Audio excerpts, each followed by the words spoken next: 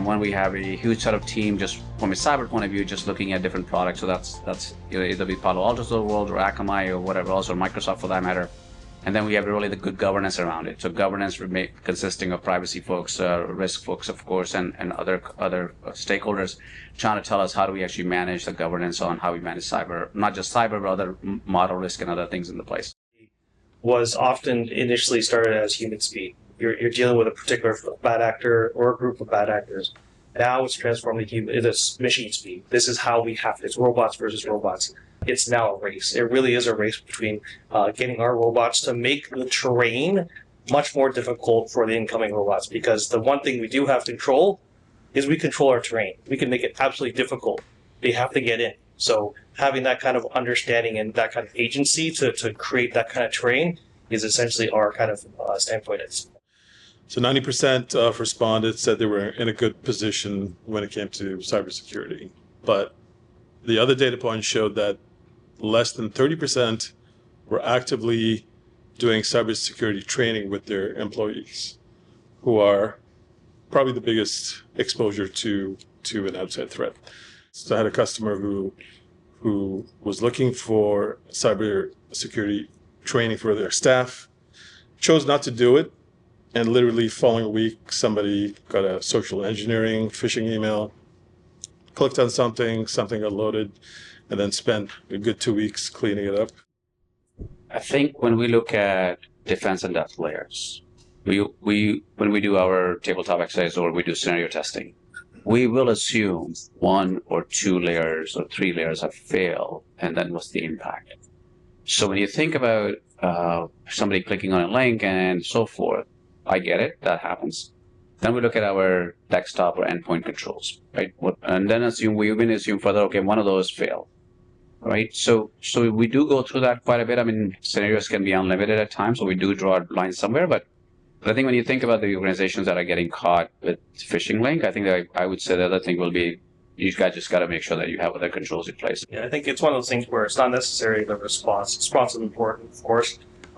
But I literally think it's one of those things where now you're going to assume breach. You're going to look at resilience. You're going to look at how quickly you can actually start from zero to get it back to your particular functions. And it is a dire exercise, but it's one of those things where we take a look at sometimes looking at particular parts of our network. Is it just easier to start from scratch instead of trying to find group? Just scrap it, and we're starting off from zero. That's our resilience plan. It's pretty dire, but it's one of the things where we can understand the particular time involved, the effort involved, versus trying to find out the root cause, which could take a long time. RPOs or RTOs are such an important component. We made it very visible to our board. This is looks like for non-critical, critical systems. Then on the operational side, we went into micro-segmentation. We segmented like not just at a higher level. We said, okay, 10 servers into one bucket, but now we're going into granularity. How do we define so that there is no lateral movement happening? And we use compliance. We bring external auditors to do that. And analogy I used with my board was we don't use compliance as a glass ceiling. It's a floor that we got to earn every year. We bring external auditors. They come in and they scan left and right. We've been challenged in the last 24 months for our assumptions and the practices, and what we demonstrated bringing independent auditors to audit us. Yeah, when it comes to cyber threats, I think a lot of it, I think 65% are identity related, and it keeps growing year over year. So we're looking at sort of identity of the future strategy where we enforce zero trust beyond just the network layer. We look at continuous authentication, stronger privilege controls, and obviously the observability, getting to the zero standing privilege, ensuring you have nothing until you actually need it. And similar when it goes to the AI models, right? Trying to integrate that in a similar fashion where an agent has zero privileges, right? It will only get it for a certain period of time, short-lived tokens, etc. I think it really comes down to that. Again, understanding what your critical assets are and going down to the point that you don't trust anybody on any of your assets that are deemed critical to your organization. And then from that point, you refine it. You got to look at the logs and see how the applications are being run and used inside your organization, understanding what data is being transferred back and forth for that, and look at those anomalous effects, because these are the things that you'll get, the trending that happens on these things, where most of the time it won't be an identity necessarily exposure. It'll be something that you would never expect, that it's using the proper channels to get in, but exposing that data in a way that you would never know unless you were monitoring the trending there. What's happening with all the 0-day attacks are going to -1-day attacks. We're going to end up into this as leaders in IT, that we're going to have to look at when was the last time you tested your disaster recovery to make sure your critical systems are available under the recovery time objective. Again, we saw a big race on cyber insurance. But as part of cyber insurance, they're asking for business continuity or the disaster recovery. So again, so there's, when we're looking at the data, often people will say they add it, but they didn't test it. Or they tested strictly a portion of it.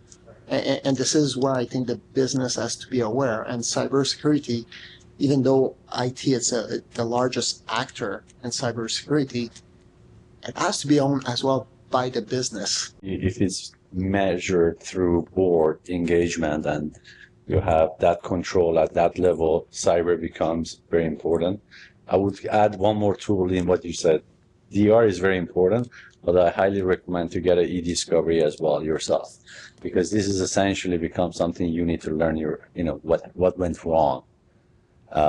It's a tool that most people ignore it. They don't even touch it. They go elsewhere. So. And some organizations are even extending it to cyber vaults, right? So they have a DR environment and a DR site, but they're now looking at third sites where they have a sterile environment, air-gapped from the rest of the network, where they can recover their critical applications. And a number of boards are asking those questions. Do you have those capabilities? And they're asking themselves and finding out that if their backups were compromised, having a DR strategy isn't going to work because you're going to have data that's been compromised. So, personal hygiene of your staff itself, digital hygiene. What happens once they leave your door, right? And some of those individuals have privileged access to, and that now goes home, the device you bought for them. The other multiple devices, they're hanging on to it. So what practices you have in place to actually have that proper hygiene in place? Because packets are going to arrive in so many ways. We can deprovision pretty okay. It's the shadow ITP. So if you have access to SaaS providers or cloud repositories or whatever else with a separate login ID paid by credit card, for example, that's a more of an issue for us than disabling corporate environments or something that's attached to the AD forest, right? So AD forest, I can do it. It's easier, even privileged access as well. It's the shadow piece that I'm not privy to that becomes an issue.